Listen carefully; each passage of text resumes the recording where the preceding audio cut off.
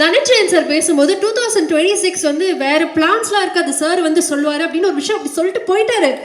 ஆனா அந்த 2026 வேற பிளான்ஸ் எங்க மைண்ட்ல என்னப்பா அப்படி ஒரு மாதிரி போயிடுச்சு. அது என்னன்னு தெரிஞ்சுக்கணும் மாதிரி கியூரியஸா இருக்கு சார். அது அரசியல் தான் அப்படின்னு நீங்கள் நினச்சிட்டு இருப்பீங்க இல்லையா? அது கிடையாது. அதெல்லாம் இல்லைங்க. எனக்கு அரசியல் எல்லாம் இப்போதைக்கு ஆர்வம் இல்லை.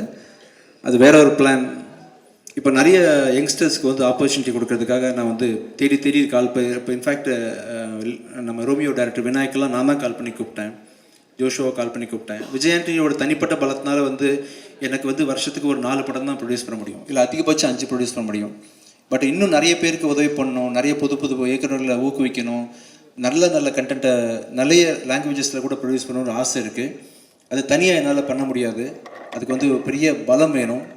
அந்த பலம் வந்து தனியாக எனக்கு கிடைக்காது. அது விஜய் ஆண்டனி ஃபிலிம் கார்பரேஷன் வந்து பப்ளிக் லிமிட்டடாக மாறினா தான் கிடைக்கும். அப்படின்றதுனால 2027 வந்து விஜய் ஆண்டனி ஃபிலிம் கார்பரேஷன் வந்து பப்ளிக் லிமிட்டடாக மாறப்போகுது. தேங்க்யூ. அதான் சூப்பர். தேங்க்யூ.